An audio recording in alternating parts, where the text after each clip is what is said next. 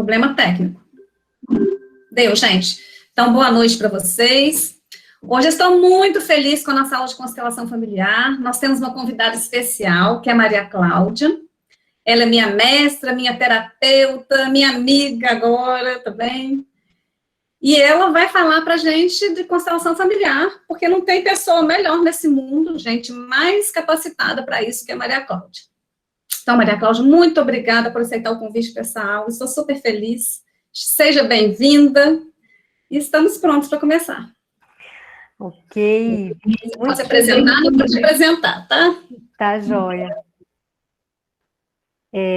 Eu também estou super feliz de estar aqui. Rúbia, é uma honra estar aqui com vocês, falando sobre um tema que mudou minha vida. E antes da gente começar, eu queria saber um pouquinho, eu já sei que a Angélica e a Débora conhecem constelação, mas também se vocês puderem colocar no chat quem conhece, quem não conhece, só para eu ter uma noção, seria legal. Para eu também não ficar chovendo no molhado, não cansar vocês com coisas que vocês já sabem. Ludmila não conhece, a gente já tem pelo menos um que não conhece, então a gente precisa contextualizar, né? Lucinéia também não conhece. Então, eu vou dividir a minha apresentação da seguinte maneira. Eu vou falar de um contexto de surgimento da constelação familiar, da aplicação de uma maneira geral, e aí vou falar dos fundamentos, que é o principal sobre constelação familiar, são os fundamentos. Por fim, eu vou falar como é que ela pode acontecer, como é que ela acontece num setting terapêutico, como é que ela pode ajudar. Inclusive, organizações, tá? Mas isso tudo vem dentro desse roteiro que eu preparei pra gente. Então, a constelação familiar, ela nasceu como uma abordagem terapêutica na Alemanha com o Bert Hellinger. Na verdade, a constelação em si já havia sido uma descoberta de uma outra terapeuta e o Hellinger chegou e a partir daí ela tomou os contornos que ela tem hoje. O Hellinger é um filósofo, teólogo e psicopedagogo alemão que já faleceu há coisa de 2 anos atrás, aos 93 anos. Eu tive a felicidade de ter pelo menos 4 encontros presenciais com ele, sendo 2 deles privados, no sentido de pouca gente, assim, tipo a turma nossa aqui, né? E ele foi missionário católico na África do Sul, e lá, o primeiro lampejo dele, do que viria a ser muito tempo depois a constelação familiar, foi de algo que ele observou na sociedade Zulu. Eles têm uma organização social muito distinta da nossa, inclusive que prevê com naturalidade a poligamia, e dentro dessa sociedade completamente diferente da nossa, ele encontrou paz nas relações. E ele falou, como assim? Não é a estrutura que nós temos, de marido, mulher e filhinhos, e eles têm paz, né? Como é que 3 mulheres convivem numa relação e têm paz? Como é que filhos de um mesmo pai e de mães diferentes convivem numa mesma família e têm paz nessas relações? Então isso ficou, ele era missionário católico, ele ficou com essa enorme pulga atrás da orelha. Passaram-se os anos e Bert conheceu a dinâmica dos grupos, começou a atuar com a dinâmica dos grupos na escola que ele dirigia, voltou para a Alemanha alguns anos, 15 anos depois, continuou seus processos de autoconhecimento. Ele não fez uma trajetória formativa para ser um psicoterapeuta, ele fez um processo dele de busca pessoal de autoconhecimento. Nessa busca, ele passou por psicanálise, por análise junguiana, por psicodrama, por grito primal, esculturas familiares, uma série de ferramentas, né, de psicoterapia.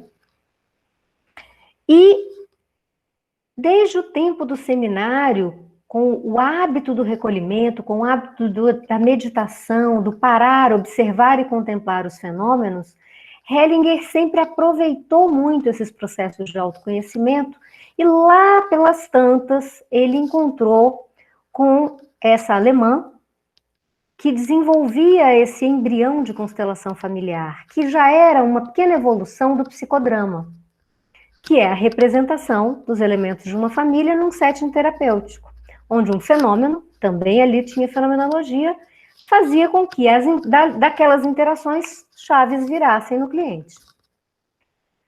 Pois bem, ele começa a observar nessas práticas que esse fenômeno que se expressa, se você olha para ele com um pouco mais de atenção, você pode perceber outras camadas dessa representação. E ele começa a perceber que tem algo mais ali quando um dia, numa dessas sessões, falta um representante de um dos elementos da família e ele nota que uma cadeira que estava no setting interfere nas reações dos outros representantes. Então ele nota que não era aquilo que animava a pessoa que estava fazendo as interações, ou que estava provocando as interações, ou seja, não era um movimento plenamente consciente, tinha algo mais que ele não sabia explicar, e ele começa a observar, então, a partir daí, um pouco mais fundo. Bom, décadas se passaram, a constelação familiar se constituiu como uma abordagem psicoterapêutica, fenomenológica e sistêmica, porque Hellinger observa que os sistemas têm regras, eles têm leis, e esses são os fundamentos que a gente vai se aprofundar um pouquinho mais adiante.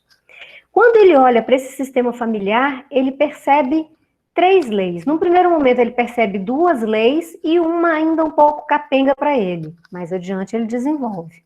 A primeira delas foi algo que ele aprendeu lá com os Zulus, que é a ordem. Cada um de nós tem um lugar no nosso sistema primordial, que é a família. E esse lugar na família é o que nos garante lugar no mundo. Por quê? Porque só existe uma Rúbia, que é a filha número 1, né? Não? Que é a filha X. É a 5ª filha do pai e da mãe dela. Eu sou a primeira dos meus pais.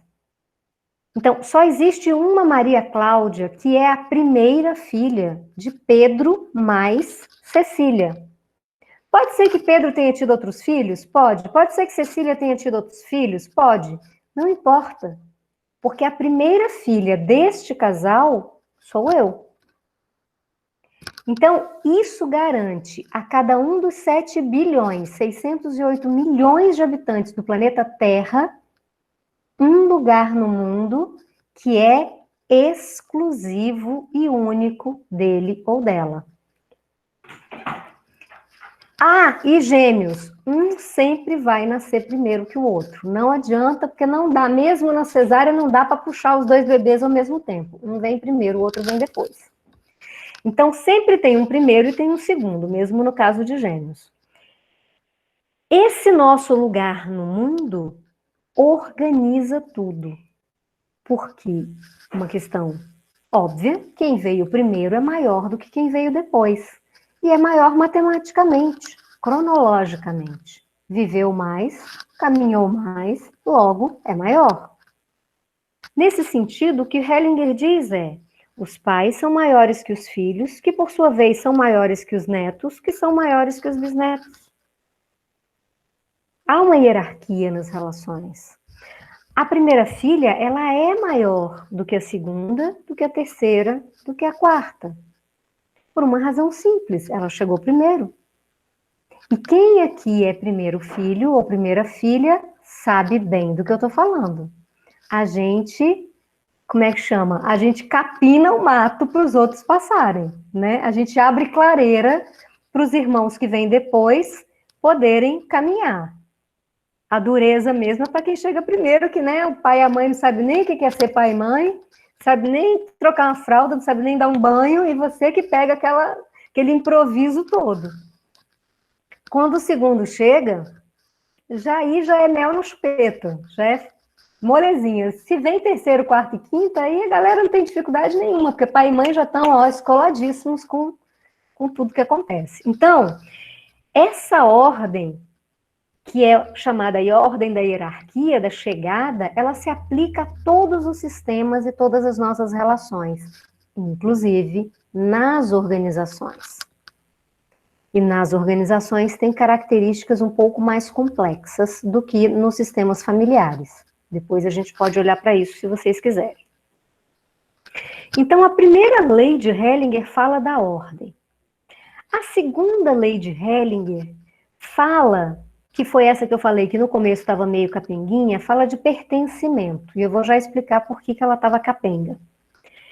Todo aquele que pertence a um sistema, ele tem o direito de pertencer. Por que eu digo que essa lei, quando ela surge, ela era capenga? Porque o Hellinger, quando ele olha para isso, ele diz assim, menos os assassinos. Os assassinos não podem pertencer, porque eles tiraram a vida de alguém. E durante um tempo, na trajetória dele, ele chegava, numa constelação familiar, ele chegava a afastar os assassinos, a mandar sair da sala o representante do perpetrador. Com o tempo, ele mesmo percebe que todos, absolutamente todos que pertencem a um sistema têm o direito de pertencer. Isso é um outro passo da percepção dele que a gente vai falar daqui a pouco. E quando ele percebe isso, então ele torna absoluta a regra do pertencimento. Todo aquele que pertence a um sistema, vamos lá, primeiro sistema, família, sistema primordial, né? Você e seus pais, família de origem. Outros sistemas sociais que a gente está incluído, sistema educacional, sistema de saúde, sistema organizacional ao qual nós estamos vinculados, a empresa, às vezes a associação do bairro, o país, é um sistema, o sistema judicial de um país, né? Então, a cada um desses sistemas, em seus diferentes níveis, alguns familiares, outros coletivos, nós pertencemos de algum modo.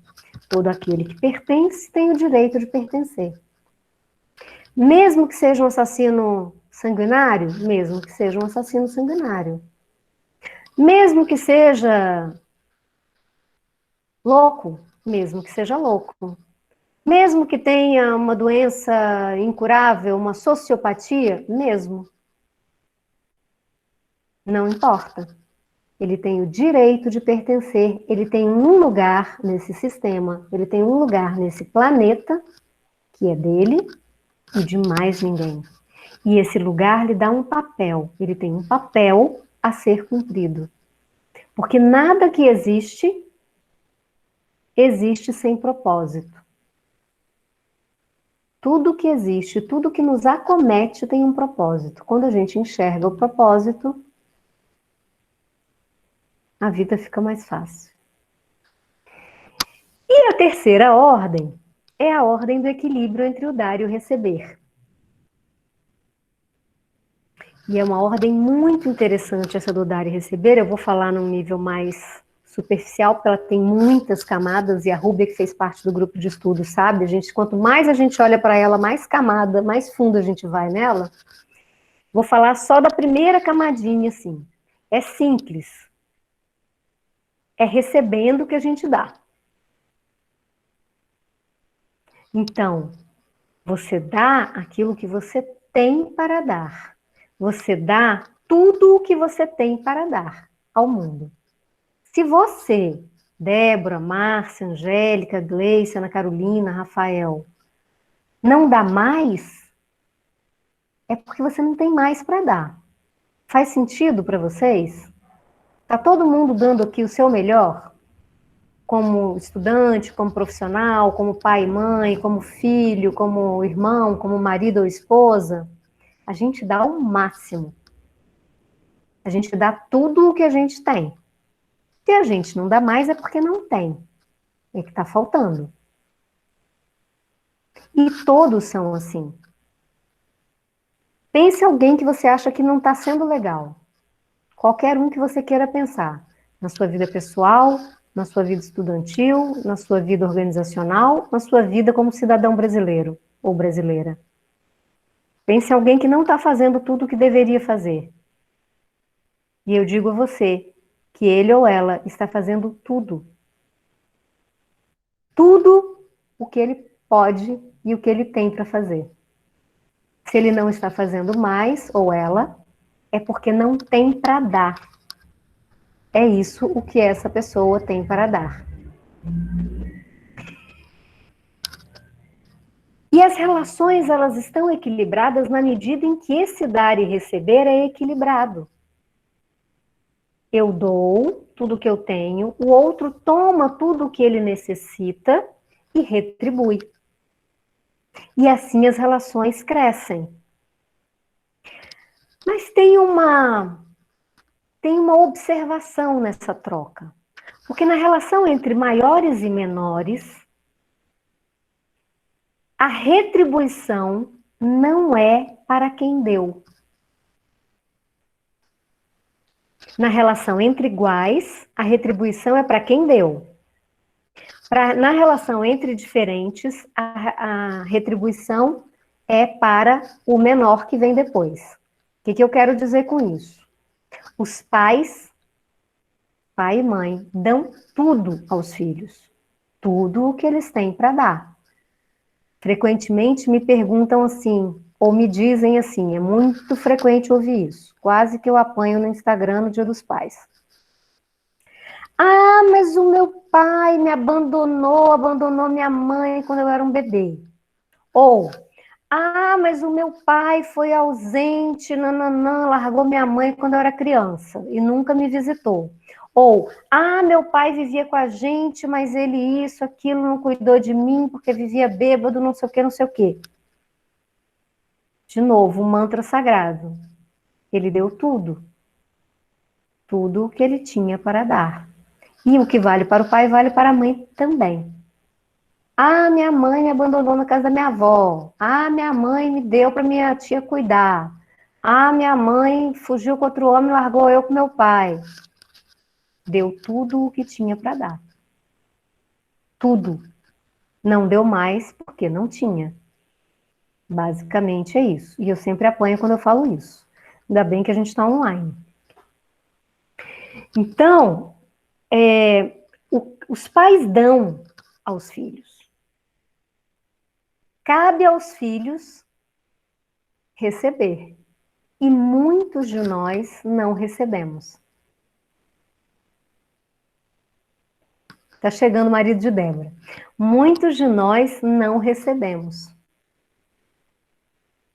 E aí, o que vem na fala? Vem assim, ah, meu pai não me deu atenção. Não, seu pai deu atenção que ele dava conta de dar, e o que ele deu conta de dar, você não está recebendo. Você não está tomando. Basicamente, e isso é fonte de muito adoecimento mais adiante e muito desequilíbrio mais adiante. Porque, ora, se você não recebe aquilo que te deram, você não tem para dar. Se você não recebe da fonte, você não tem de onde tirar. Então, se você não recebe aquilo que te foi dado pelos pais, por mínimo que pareça, quando você se volta para filhos, quando você se volta para o mundo, para o trabalho, quando você se volta para as relações sociais, para o seu país, para a sua cidade, não tem para dar. E aí vem a igreja e diz, mas você tem que ser generosa, você tem que ser... E aí vem o chefe e diz, mas você tem que ser dedicada. Aí vem a professora e diz, mas você tem que fazer seus trabalhos. Só que isso não tem quê? Porque não tem para dar, não tem de dentro. Você não recebeu da fonte. Se a gente recebe tudo que os pais dão, mesmo que pareça pouco, a gente se preenche. E aí a gente tem para dar. E a vida segue seu curso. Do jeito que é. Buenas. Tá, mas aí eu recebi dos meus pais, então eu não vou dar para os meus pais? Não é que você não vai dar para os seus pais, mas a retribuição de tudo que você recebeu dos seus pais, você tem um destino, que é o mundo e a vida. Então, o trabalho, a ação social, os filhos que porventura você venha a ter. Essa é a sua resposta, é levar a vida adiante. Por quê? Em última análise, o que você recebeu dos seus pais foi a vida. Tudo que você recebeu depois que você nasceu foi lucro. Então, algumas receberam uma montanha de coisas, porque o pai era presente, porque a mãe era presente, porque o casal era dedicado, porque a coisa mais linda do mundo parecia uma propaganda de margarina. Alguns receberam pais que não deram conta de sustentar a paternidade, mães que não conseguiram sustentar a maternidade, tiveram que contar com avós, tiveram, enfim, uma série de questões, porque isso é a vida como ela é. E aí, o que acontece? Independente de como você recebeu, todos receberam o mesmo quinhão até o nascimento. Receberam a vida. O que veio depois é lucro. Mas a vida todos receberam. E aí você já recebeu isso deles. Então, no mínimo, você vai o quê? Levar a vida adiante. Para aqueles que escolhem ter filhos, levar a vida adiante é constituir uma família e ter filhos. Ou constituir uma família e ter um projeto em comum com o parceiro ou a parceira. Isso é levar a vida adiante. E a gente leva a vida adiante quanto mais a gente recebeu deles. E aí, de novo, o sujeito sou eu recebo, eles já deram. É como se eles derramassem as bênçãos e você estivesse lá de pé olhando essas bênçãos, você escolhesse assim, não, vou escolher essa batata frita, mas o molho eu não quero porque eu não gosto. Então, é você que escolhe o que você vai receber dos pais. O peso que você vai dar ao que você está recebendo. A importância que você vai dar àquilo que você está recebendo. E assim você leva adiante. E aí você dá o quê? Dá aos filhos, dá à sociedade, dá ao mundo, dá ao trabalho, dá aos projetos, dá às causas sociais. Então, essas são as 3 ordens, as 3 leis que sustentam os sistemas. O que a gente descobriu ao longo desses últimos 40 anos de desenvolvimento das constelações familiares? Que como o Hellinger descobriu que se aplicava ao sistema familiar, descobriu também que é o sistema primordial, mas descobriu também que do mesmo jeito que essas regras se aplicam ao sistema familiar, elas também se aplicam a outros sistemas. Então, primeiro foi percebida a aplicação aos sistemas educacionais, surgiu então aí a educação sistêmica. Surge em seguida a sistêmica organizacional, que cuida do sistema nas empresas e nas instituições. Surge depois, aqui no Brasil, surge o direito sistêmico, no qual eu sou pós-graduada. Primeira turma no planeta Terra. Foi aqui no Brasil, porque a pessoa que experimentou pela primeira vez a utilização das leis sistêmicas no judiciário foi um juiz brasileiro, Sam Storch. E, por fim, cada vez mais aplicado à saúde de uma maneira geral, porque era aplicado como uma terapia. Portanto, dentro dessa lógica mecanicista, né, de partir a gente em pedaços, era muito aplicado às questões mais emocionais, mas começa a ser mais e mais e mais aplicada à saúde física, inclusive. Não à toa, eu aceitei o desafio de atender a questão da Rúbia, né? E outras que eu já atendi também. Bem, então fiz um panorama de quais são as leis sistêmicas, quais são os fundamentos, como é que surge a constelação familiar.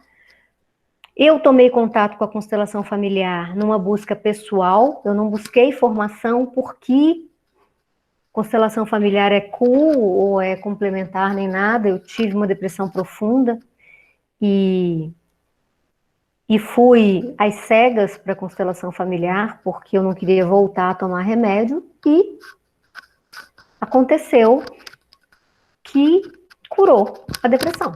E eu queria entender o que raios era aquilo, porque para mim era incompreensível que uma sessão que durou 1h15, 1h30, da noite para o dia tenha feito sumir, inclusive ideação suicida, porque eu estava nesse ponto da depressão, eu não estava em outro ponto, eu estava no ponto dramático da depressão. E eu, então, fiquei intrigadíssima e, como sou curiosa, virei rato de grupo de constelação.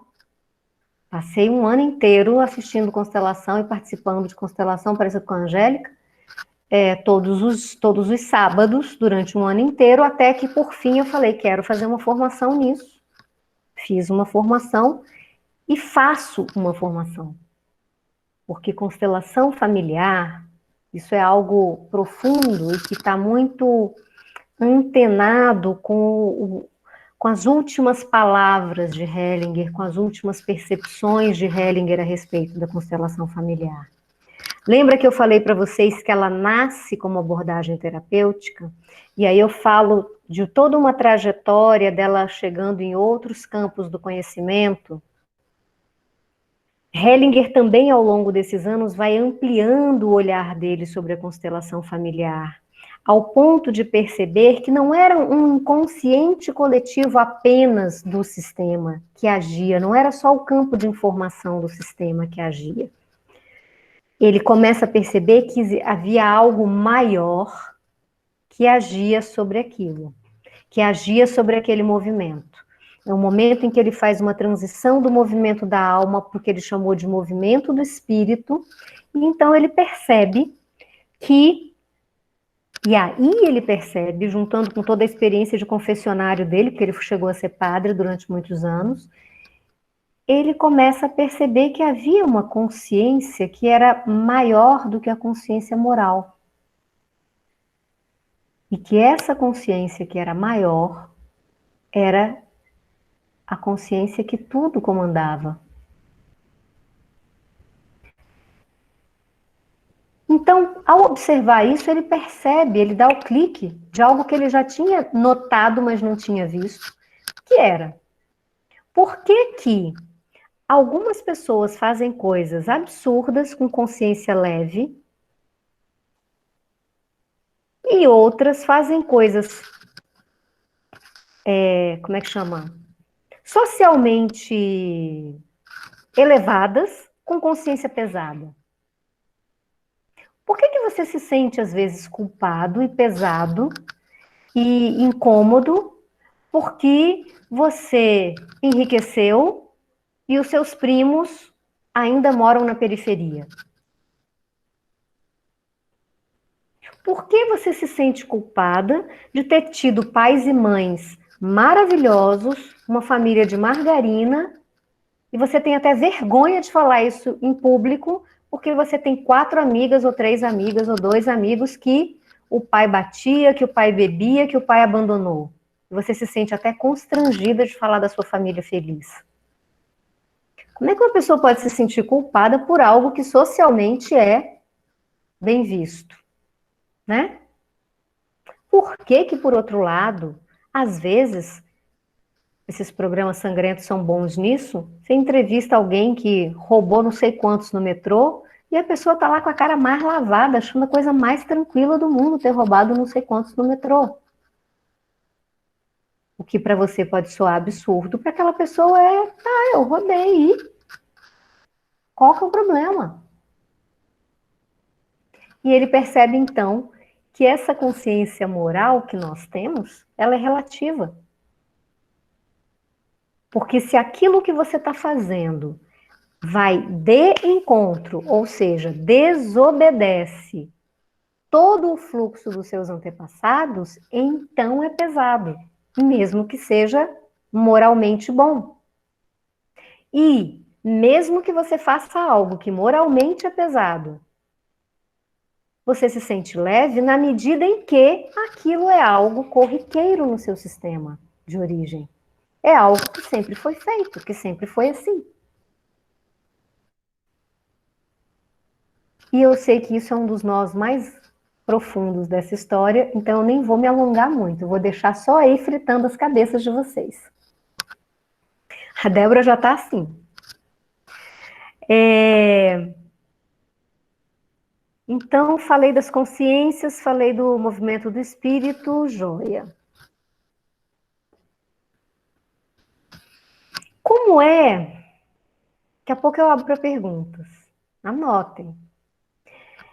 Como é, então, que isso tudo acontece na prática, né? Bom, eu disse tudo isso para dizer a vocês o seguinte, que depois de 10 anos de caminhada, agora esse ano 11 anos de caminhada, eu cheguei a uma conclusão que não é muito diferente de alguns consteladores já bem antigos, e do próprio Hellinger e da própria Brigitte, que é a minha mestra atual. A constelação familiar, ou os fundamentos da constelação familiar, melhor dizendo, vão muito além de uma prática complementar integrativa, ou de uma forma de pacificar conflitos no judiciário, ou de encarar a educação, ou as organizações. É um modo de ver a vida. É um modo de ver as relações. E quando a gente consegue se imbuir desse modo de ver as relações, quando a gente começa a aplicar na nossa própria vida e nas nossas relações essa forma de olhar o mundo, a tendência é que tudo fique mais claro, mais leve e mais equilibrado. Faz sentido, Rúbia, para você que está na caminhada? Total. Então, por essa razão, eu especialmente atendo constelação familiar, mas o meu olhar para a constelação familiar é um olhar de caminhada, mais do que um olhar de, vem aqui, faz uma sessão. Atendo também quem quer fazer uma sessão? Atendo. Não vou deixar sem atendimento. Mas eu estou sempre convidando o meu cliente a dar o próximo passo, que é, de fato, entender, experimentar, exercitar e expressar no mundo esses fundamentos, na sua vida e em todas as suas relações. Porque eu sei, depois desses 11 anos, que vir aqui fazer a constelação vai dar um impulso, mas que daqui a um tempo vai precisar dar outro impulso. E daqui a pouco vai precisar dar outro impulso. E ao mesmo tempo que você está dando impulso de coisa que foi para trás para poder te levar para frente, hoje, agora, você está criando outros emaranhamentos para as gerações que virão. Se você não fizer essa guinada de olhar, não passar a olhar para a vida com esse olhar que inclui tudo aquilo que faz parte, que põe em ordem as relações, que ordena o seu lugar no mundo e respeita o lugar do outro e que equilibra as trocas. Se você não faz isso, daqui a pouco você tem que voltar lá na consteladora de novo, na terapeuta, e fazer uma nova constelação, porque vai resolver aquilo, mas outras coisas vão destampar, e como você não está agindo de forma diferente, se a gente continua agindo da mesma maneira, a gente tem os mesmos resultados que a gente sempre teve, né? Assim que acontece. Então, feito esse parêntese de que eu acredito que o pensamento de Hellinger, os fundamentos de Hellinger são uma forma de olhar o mundo, a vida e as relações, e que, portanto, é uma abordagem que precisa ser uma caminhada, precisa ser uma escolha de caminhada, eu passo a explicar como é que funciona a experiência da constelação familiar. E aí a gente tem até a Angélica, que também já participou. Começando com, existem duas formas que os consteladores, pelo menos duas formas que os consteladores hoje atuam. A grande maioria atua com constelações que são do modo convencional, que eu estou chamando de modo convencional, que foi a forma como o Hellinger começou lá atrás. Então, ele coloca, o cliente escolhe pessoas para representar os elementos do sistema que ele está querendo trabalhar, pode ser a organização onde ele trabalha, pode ser a família, pode ser o processo judicial. Ele coloca aqueles elementos e isso cria uma imagem, que é um reflexo da imagem psíquica que esse cliente tem da relação. É como ele vê. A partir dessa imagem, o constelador vai checando com os representantes como é que eles estão se sentindo nessas posições, vai vendo onde é que está pesado e vai propondo as mudanças de posicionamento para criar uma nova imagem, uma imagem que traga para todos no campo uma sensação de leveza, uma sensação de alívio. Para isso, às vezes, ele dá algumas frases para que os representantes falem ou o cliente fale. Essa era a forma que Hellinger trabalhava há 30 anos atrás. Ao longo da trajetória dele, como eu falei, ele foi descobrindo outros processos. No final da vida de Hellinger, ele não tinha tema, que foi até o que aconteceu na segunda constelação da Rúbia, não tinha tema, o cliente não falava o tema para ele, e o movimento surgia. A informação que vinha desse campo informacional, ela surgia por meio dos corpos daqueles que estavam presentes. Movimentos que eram feitos a partir de uma leitura do cérebro reptiliano, ou seja, do cérebro mais antigo, nosso sistema nervoso autonômico. Tanto é verdade que algumas pessoas nem se davam conta, às vezes, por exemplo, que a sua mão tinha fechado, ou que o seu dedo começava a fazer um movimento que ela não conseguia conter. Ou ela fechava os olhos e não conseguia levantar as pálpebras. Ou a vista embaralhava. Enfim, alguns exemplos. Então, entre essa constelação imagética, essa constelação de uma imagem fixa no começo, que se transforma ou é transformada pela ação do constelador e dos representantes numa imagem de solução, assim era chamada, e essa outra constelação que acontece por um movimento totalmente espontâneo do campo, em que o constelador apenas acompanha e dá continente, dá bordas para que isso aconteça, tem uma miríade de possibilidades e que a gente vê outros consteladores aí aplicando, tá? Inclusive porque esse último modelo não é para todo constelador e todo cliente que o campo se abre dessa forma, né? Às vezes ele não se abre dessa forma. Às vezes aquele constelador até tem acesso a esse campo de informação, mas o cliente que está sendo atendido não tem acesso ainda.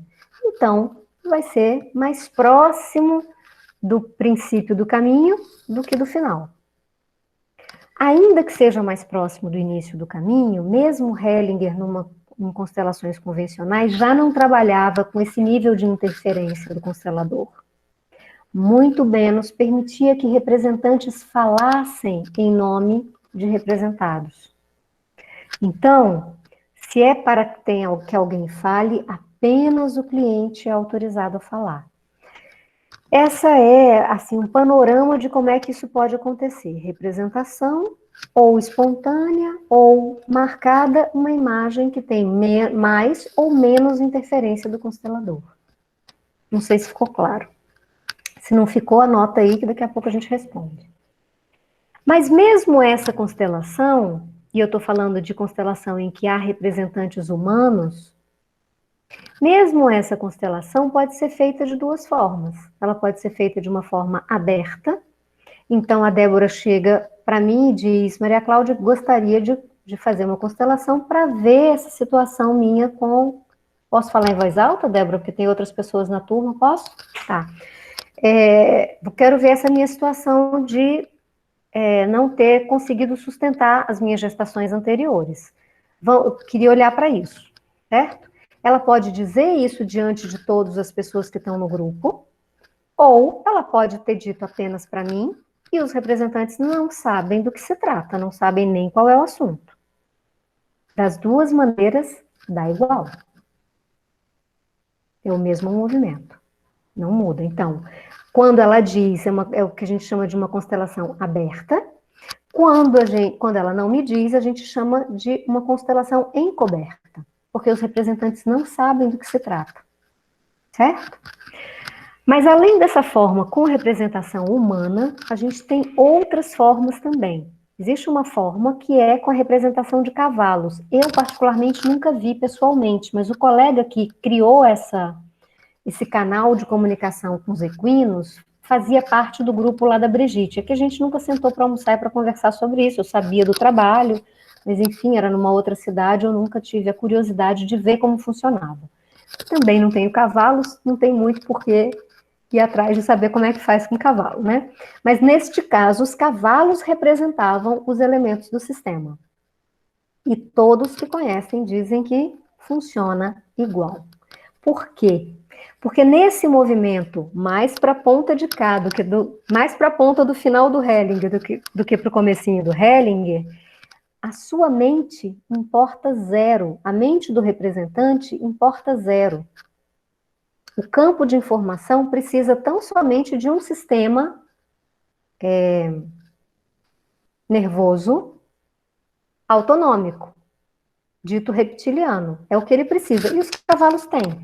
Os gatos têm, os cachorros têm, os nossos gatos participam de constelação, né, Rúbia? Os meus aqui super participam. A Vanesca, que eu estou vendo que está aqui, acabou de entrar. A Vanesca já participou comigo até de uma constelação dos gatos e não pelos gatos. Enfim. Então, com representação viva, a gente pode fazer com os animais ou com as pessoas. Mas existe uma outra forma, que é o que a gente fala, o que eu chamo de representantes inanimados, que são, em geral, atendimentos individuais, mas também podem ser em grupo, em que você usa suportes não animados. Lembram da história da cadeira, do Hellinger? Então, você pode usar bonecos, você pode usar cadeiras, você pode usar almofadas, você pode usar âncoras de solo, papéis, até papéis em branco, essas folhas de sulfite, né? Você pode utilizar. Marcando os lugares no piso e sentindo no seu próprio corpo, sem o sistema nervoso autonômico, não tem como. Sentindo no seu próprio corpo qual é a sensação de estar naquele lugar, naquela posição. Essas são as formas de implementar a tarefa. Existe uma terceira forma que a gente chama de uma constelação imagética, aí sim imagética, em que eu convido você a imaginar uma cena, muitas vezes por uma visualização guiada. E ali você constela também. Às vezes, não é necessário nem convidar a imagem. Aconteceu comigo em São Paulo, uma constelação que eu fiz há uns 2 ou 3 anos atrás, de uma advogada que eu não conhecia, era amiga de uma cliente minha, e a moça chegou, eu também não sabia qual era o problema dela, e era uma moça muito agitada, com visíveis sintomas de ansiedade, porque ela falava muito rápido e movia as mãos muito rápido. E aí eu decidi fazer uma meditação antes, para ela baixar a bola e a gente poder começar o trabalho com as pessoas. E foi surpreendente, porque nessa de baixar a bola, eu só pedi para ela pôr os pés no chão, se conectar com o tema dela, ela não tinha me falado ainda qual era o tema, e o resumo da ópera foi que nós ficamos 40 minutos, eu de boca calada ao lado dela, ela de boca calada e olhos fechados, durante 40 minutos. Vez ou outra me vinha uma frase para dizer e eu dizia a frase, mas eu não sabia nem o que estava passando dentro dela.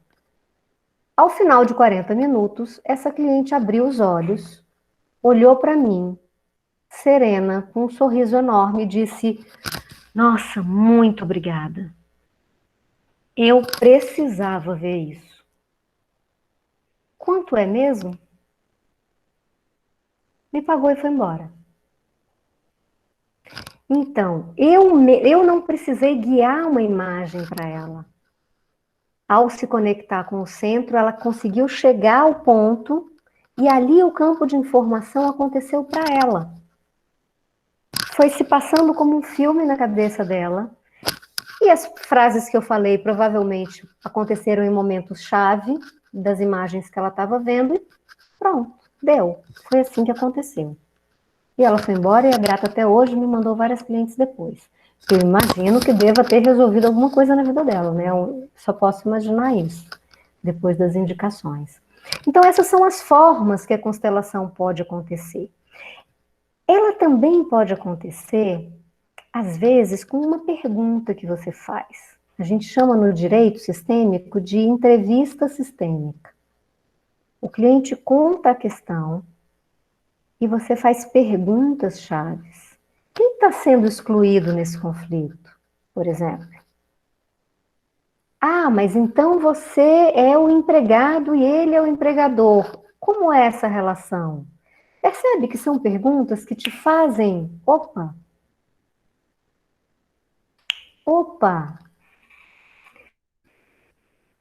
E isso, às vezes, é o suficiente para virar uma chave. Às vezes é o suficiente para você tomar uma decisão na sua vida.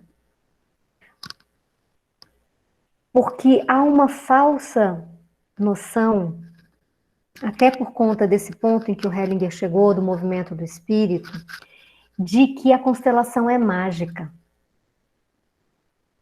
ou é milagrosa, ou para alguns que são dados ao espiritismo, de que é alguma coisa espírita, há uma confusão muito grande. Eu costumo dizer que eu tenho mais dificuldade com quem crê do que em quem não crê. Porque quem crê acaba trazendo para a panela as suas crenças. E aí acaba virando um trelelê.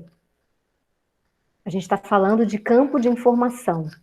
A teoria dos campos ela é muito antiga, desde Kurt Lewin, lá atrás, na teoria dos campos de grupos, depois passou por várias áreas do conhecimento, tem campo na biologia, tem campo na física, tem campo na sociologia, tem campo na psicologia, tem várias teorias dos campos que se sobrepõem e se interconectam. Então eu prefiro olhar por este lado, muito embora eu reconheça que é uma força maior que eu não sei explicar, que move esses campos, né? Então, é isso, acho. Faltou alguma coisa das coisas que eu disse que eu ia falar? Acho que não. Tenho aqui guardado na manga algumas questões para organizações, caso vocês queiram saber, mas está aqui na cola, aqui do lado, se as perguntas vierem nesse sentido.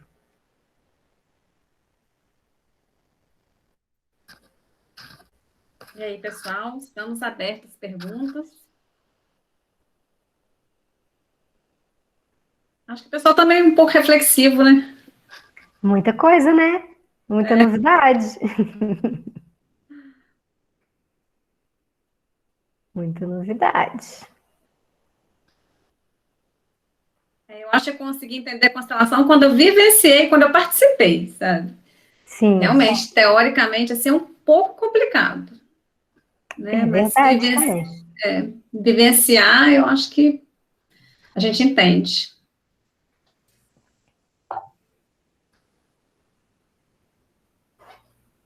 Pode falar? Vai, Angélica. É igual a Rubia estava falando aí, né? Primeiro, quero agradecer a Maria Cláudia, assim, parabéns, excelente aí as explanações, né? Eu que conheço pouco da constelação, mas já vivenciei muitas, né? Entender toda essa história aí foi esclarecedora, né? Eu li muito no início, sobre os livros, né, do Bert Hellinger e muitas coisas que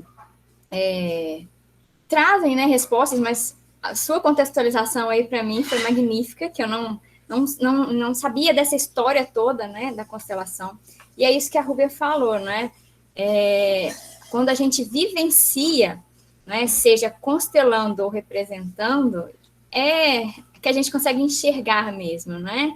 Uhum. É incrível, e é incrível como que cura, né? Cura.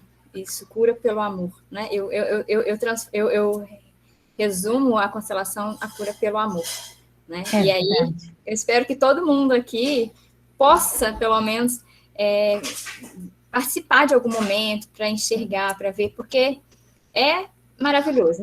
Como a Rubia falou, mudou minha vida, e eu quero sim ainda aprofundar um pouco mais, para entender, e não só para mim, né? Porque eu tenho uma ânsia muito grande dentro de mim de ajudar, olhar para o outro, como que eu posso fazer.